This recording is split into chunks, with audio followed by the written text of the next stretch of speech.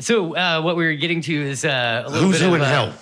an intro and kind of an intro to the Blood War, which basically, in a nutshell, is the demons coming out of the abyss, right down the river into Avernus, which Scampering is across the first level of hell. the first of the 9 hells. Now, previously, Bel had been the archdevil in control of that. And I can't remember her name. I'm going to have to look it up real quick because it's not in the book. The last time I checked out of edition, Tiamat was the watchdog in the first level, and Lord Dis was the Lord of the second. Yeah, that's changed quite a bit. Well, then. Yeah, previously in D&D. Previously in How to Prosecute a Blood War. A bunch of assholes tried to summon Tiamat to the Prime Material, and she got banished back and then lost her job, basically. Well, I mean, if you go happened. on a coffee break for 20 fucking years, they're going to fire you. I mean, geez. Right? So, yeah, that did not work out well for her. Anyway. Well, I mean, frankly, how long can you be the watchdog in the first level of hell before you get bored and don't want to do it anymore? I mean, maybe she was happy to get canned. Yeah, I mean, that could be. I mean, she's got a million things. She has to get all of her teeth cleaned. She has to get all of her nails done. Which is a lot of teeth. It's got to be hell cleaning all those scales. I mean, she probably has something stuck somewhere she's tried to remove for the last 250 years, and it requires professional help, or at least goblin assistance. Yep. Can you imagine the hazard pay for that job? Where the heck is this? I imagine her the name hazard is pay like- is I won't devour you. Her name is on the tip of my tongue, and I can't think of it.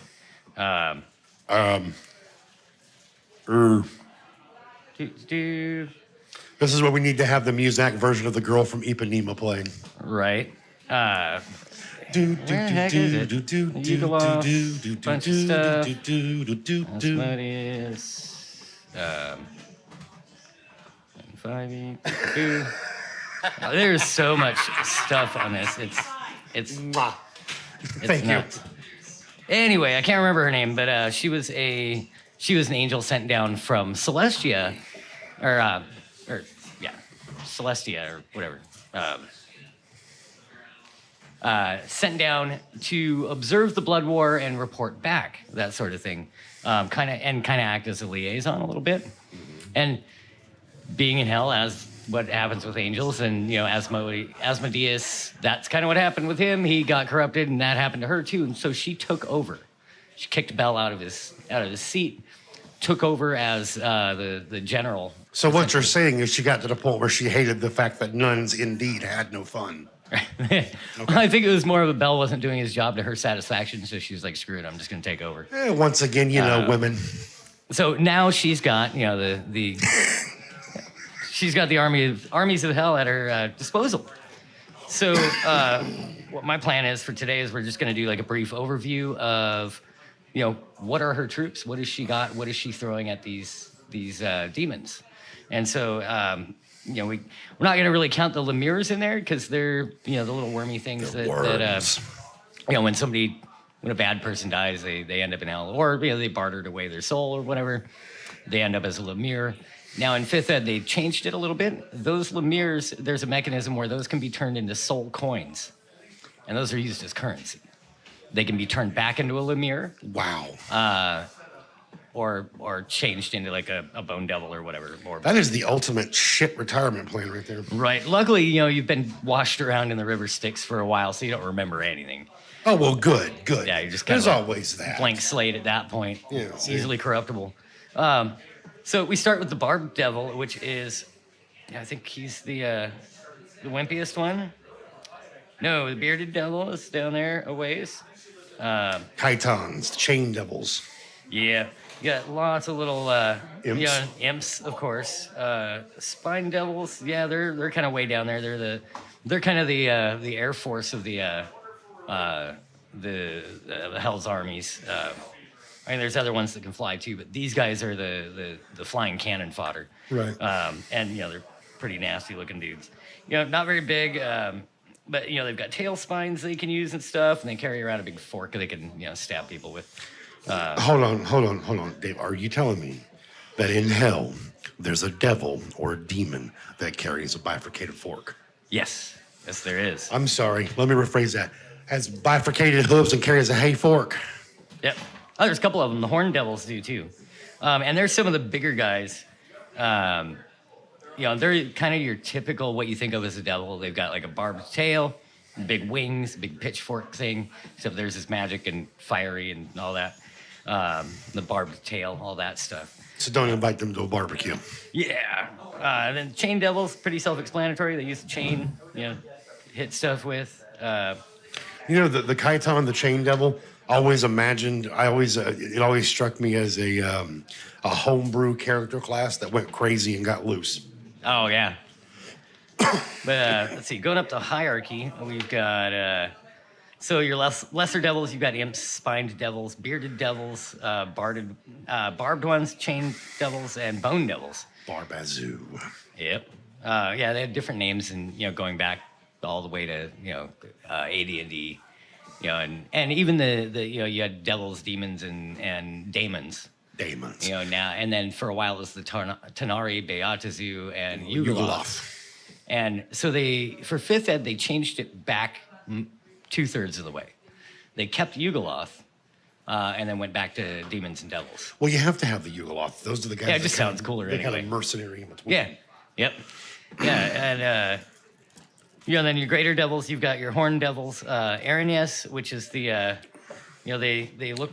They look hot girls. Yeah, they look almost like fallen angels. Is what they look like. Which I'm not sure if that's what they actually are, or they're just made that way in hell.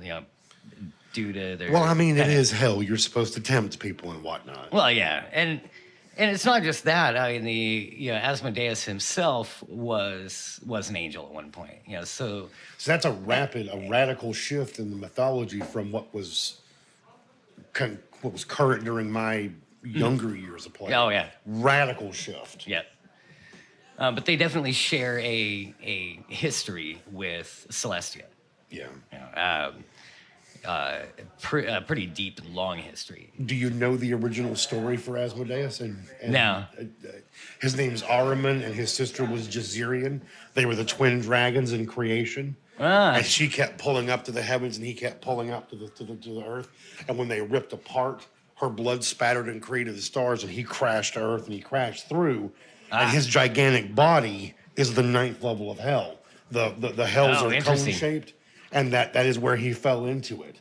The whole idea from the 2nd edition and the Guide to Hell was that Asmodeus was faking the blood war, because what he did was he was waiting till his wounds were healed from his fall, but the catch was that he only got fed from souls that died with no belief.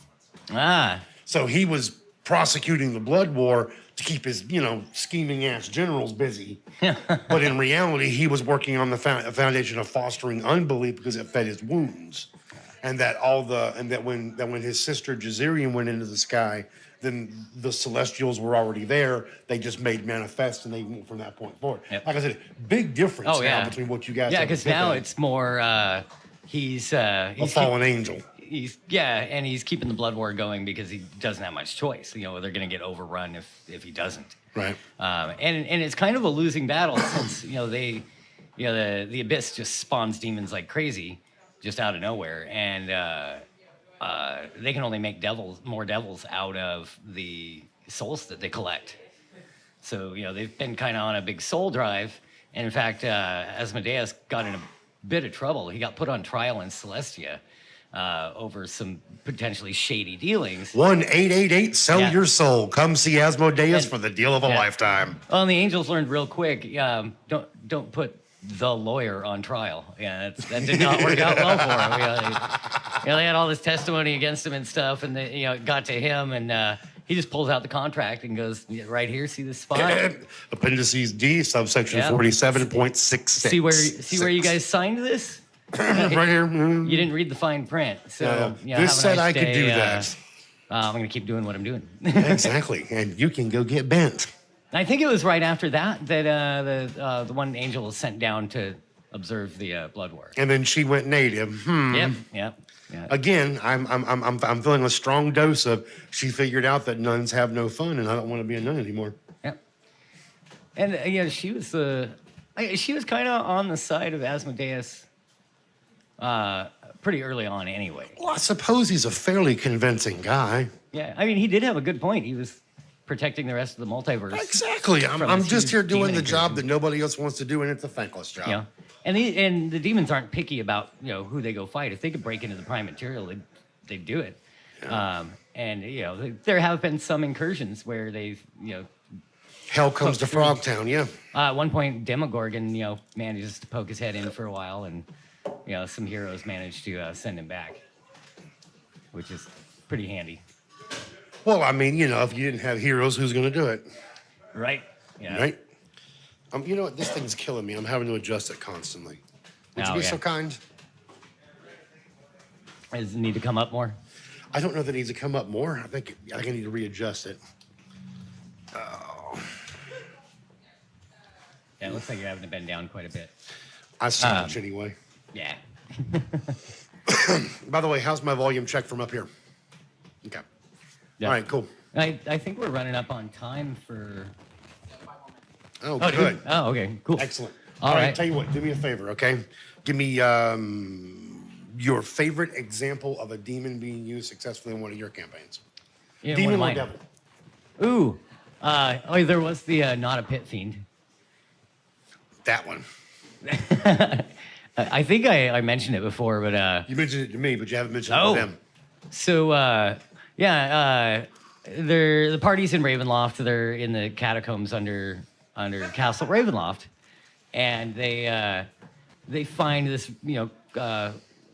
tomb with this really ornate black sarcophagus. It's gold inlay on it and everything, really pretty thing.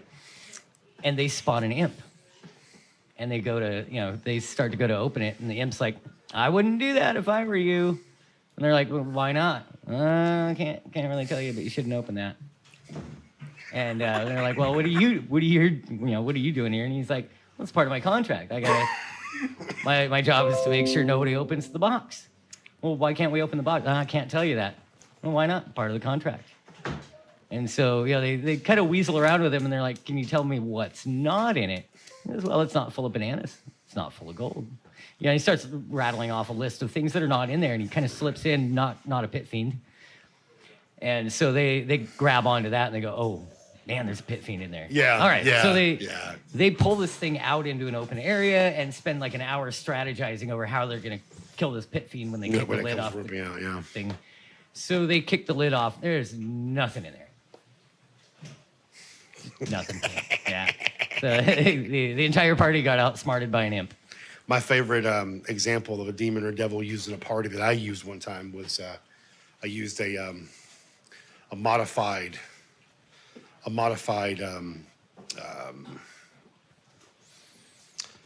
we called them little green bastards. They were Galtrits. They were little miniature, little classically shaped little devil creatures. Oh yeah, yeah. And they were flying around, and I gave them a certain amount of intelligence, et cetera, et cetera, et cetera. Like kind of like a closet. Right. And I remember they were attacked by a group of them who lived in a section of the dungeon, and it was infested with poltergeists. And so the party decided they were going to remove the pesky poltergeists, and the Galtrits were running around, throwing tricks at him. This one Galtrit managed to convince the party that he had a contingency placed on him, that if he was ever killed, that a delayed blast fireball was going to go off, and that it was going to replicate itself 9 times in 9 areas around the Galtrit. And so they spent like the entire dungeon trying to keep this little guy alive. And he's doing the typical NPC thing, wandering in the just combat. running and around everything. all over the place. And finally, he has a programmed illusion where he takes a magic missile to the head and he falls over, and the body begins to shake and twitch and jerk and snatch. And then the chest bursts open, and a little flag pops up, and a little flag looks like it's piff. Nice. They threw pencils at me, erasers. They hurled names. They said unkind things about my mother. It was not very fun, but I had a good laugh about it. Oh yeah, those are some of the best the best encounters is when you can kind of fake out the party that way, and just get them going.